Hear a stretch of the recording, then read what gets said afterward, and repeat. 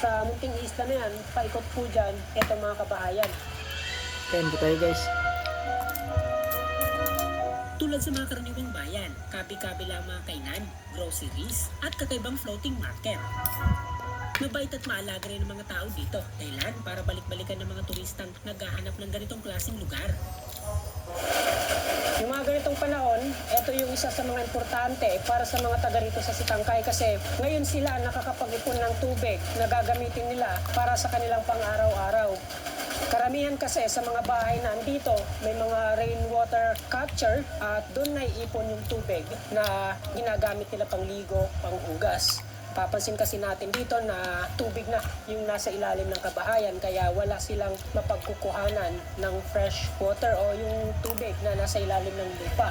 Deep well, kumbaga. Okay. Mga ilang oras tayo, sir, papunta dun sa Panggungan. Buti na lang at gumanda yung panahon kasi yun, may tutuloy na natin yung ating biyahe papunta doon sa Panggungan.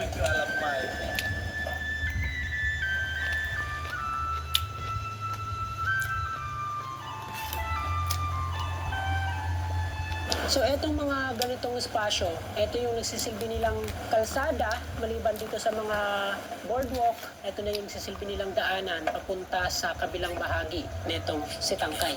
Dito napaka-importante talaga na meron kang sariling bangka para mapuntahan mo yung mga andito sa Sitangkay at maging yung nasa kabilang isla.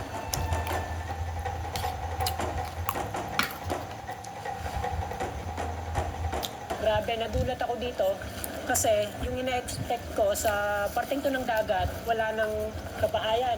Pero dito, sobrang dami pa pala ng kabahayan. Yan. Awi-tawi ang pinakamalaking producer ng seaweed dito sa Pilipinas. Malaking porsyento dito ay nanggagaling sa Sitangkay na siyang dahilan bakit ganito nilang karaming kabahayan ang makikita sa gitna ng dagat. Tawag ng mga lokal dito ay pundokan na nagsisilbing silungan para sa mga seaweed farmer. Para safe tayong makadaan o wala tayong masagi na seaweed farm, kaya naglagay ng mga kawayan sa gilid ng ating dinadaanan na nagsisilbi na ring guide para nga hindi madaanan o hindi madaanan ng ganitong bangka yung mga seaweeds farm.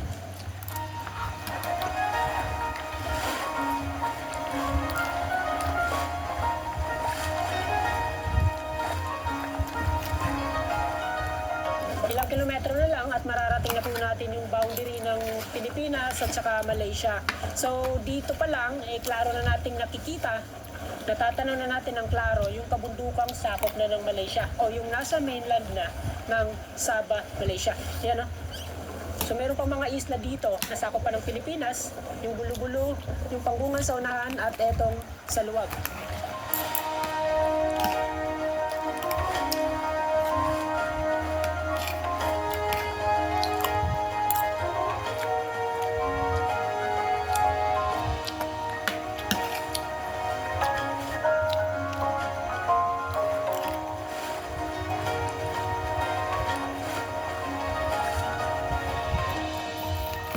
Yan.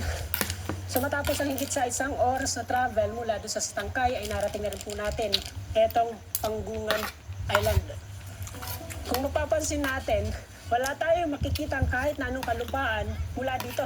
Ito po banda yung mainland Mindanao, yung mga islang sakop ng Tawi-Tawi, Sulu at Basilan. Po ba, ano yung tawag sa pinuno, sa leader ng lugar na to? Sabi sa Ponti.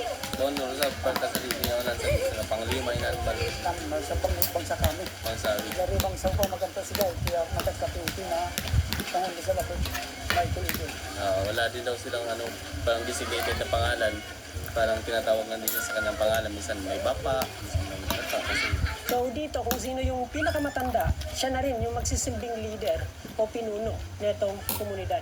Napansin ko nga pala na hindi nila alam yung kanilang birthday o hindi alam ng mga residente dito kung ilang taon na sila. Bakit po? Kaya may kami atilaw din sini niya sa pilang taon na kamal to sayo siya mga pilang taon na siya ang ay bate Kaya alam sila mag-iskola. dahil din daw sa hindi sila nakapag-aral. So walang eskwelahan dito. Meron sir, pero wala magturo ba? Bakit daw? Bakit walang tuturo? Ang ay kuno yan May daho yung pero high school eh. Ay sadya na rin ba yan ang high school na sa anak-anak yun. Dati daw sir, kung napatayo sila ng school, mga Marines daw yung natuturo. Ngayon siguro dahil palipat-lipat din yung mga Marines, yung mga dating natuturo ay wala na dito, hindi na natutukan ng mga bagong duty.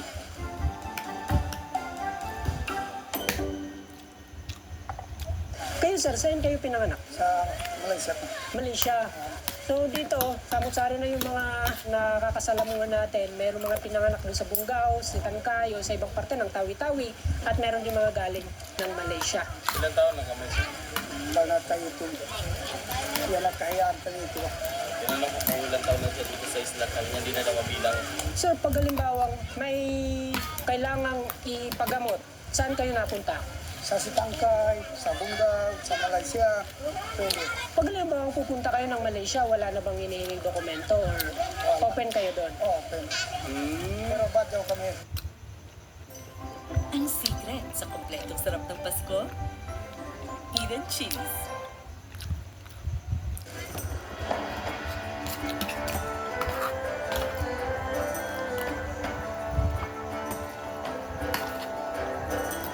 Anong tawag niyo dito? Kore-kore. So, eto yung tinatawag nilang kore-kore. Yung nagsisilbing pain para sa mga pugita, pusit. Kasi, tingnan nyo, mukha siyang octopus. Pag ganito daw, yung inilalagay, yung nilulublob sa dagat, dumalabas yung mga pusit at tinahabol to. Saka naman nila hinuhuli yung mga nagsisilabasang pusit, octopus.